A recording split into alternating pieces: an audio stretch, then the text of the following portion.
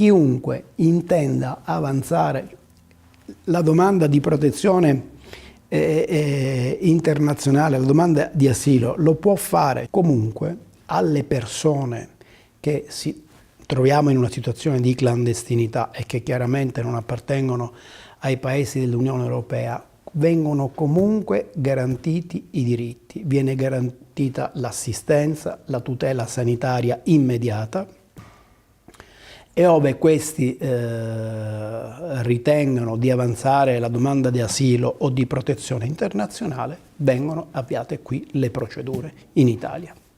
Per cui saranno riammessi in Grecia solo ed esclusivamente quei migranti che non hanno inteso presentare la richiesta o di asilo o di protezione internazionale.